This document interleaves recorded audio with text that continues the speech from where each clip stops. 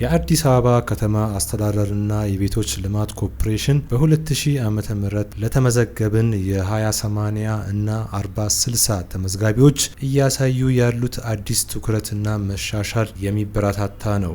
ላለፉት ዓመታት የነበረውን የቤት ፍላጎት ለመመለስ እየተደረገ ያለው ጥረት ለሁላችንም አዲስ ብርሃን ፈንጥቋል። በተለይም በአሁኑ ወቅት የህንፃዎቹን ግንባታ ሂደት እና ወቅታዊ ሁኔታ በየቀኑ በግልጽ ለህዝብ ይፋ ማድረጋችሁ ትልቅ መተማመንን የፈጠረና የአሰራር ግልጽነትን ያሳየ እርምጃ በመሆኑ እናመሰግናለን። ይህ ተስፋችን ይበልጥ እንዲያብብና በዜጎችና በመንግስት መካከል ያለውን መተማመን እንዲጸና ቀደም ባሉት ጊዜያት ያጋጠመው የአሰራር ክፍተቶች እንዳይደገሙ ትልቅ ጥንቃቄ ይደረጋል ብለን እናምናለን። በተለይም በመጨረሻው ሰዓት ላልተመዘገቡ ወገኖች ቅድሚያ ከመስጠት ጋር ተያይዞ የሚነሱ ስጋቶች ተወግደው በህጋዊ መንገድ ሲቆጥቡ የቆዩ ተመዝጋቢዎች መብታቸው እንደሚጠበቅ ሙሉ እምነት አለን። የከተማችን አስተዳደር አሁን የጀመረውን የግልጽነትና የተጠያቂነት አሰራር አጠናክሮ በመቀጠል የብዙዎቹን የቤት ባለቤትነት ህልም እውን እንደሚያደርገው እንጠብቃለን። እኛም ተመዝጋቢዎች የአስተዳደሩ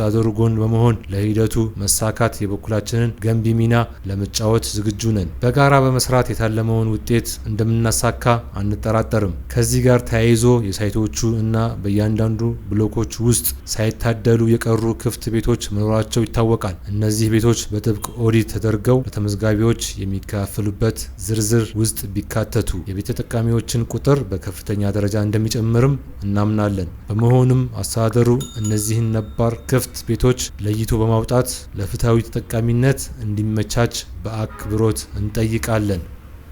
ይህን ጽሑፍ ያሰፈሩት የ2005 ኮንዶሚኒየም ተመዝጋቢዎች ህብረት በሚል የተከፈተ የፌስቡክ ግሩፕ ላይ ያገኘሁት ጽሑፍ ነው።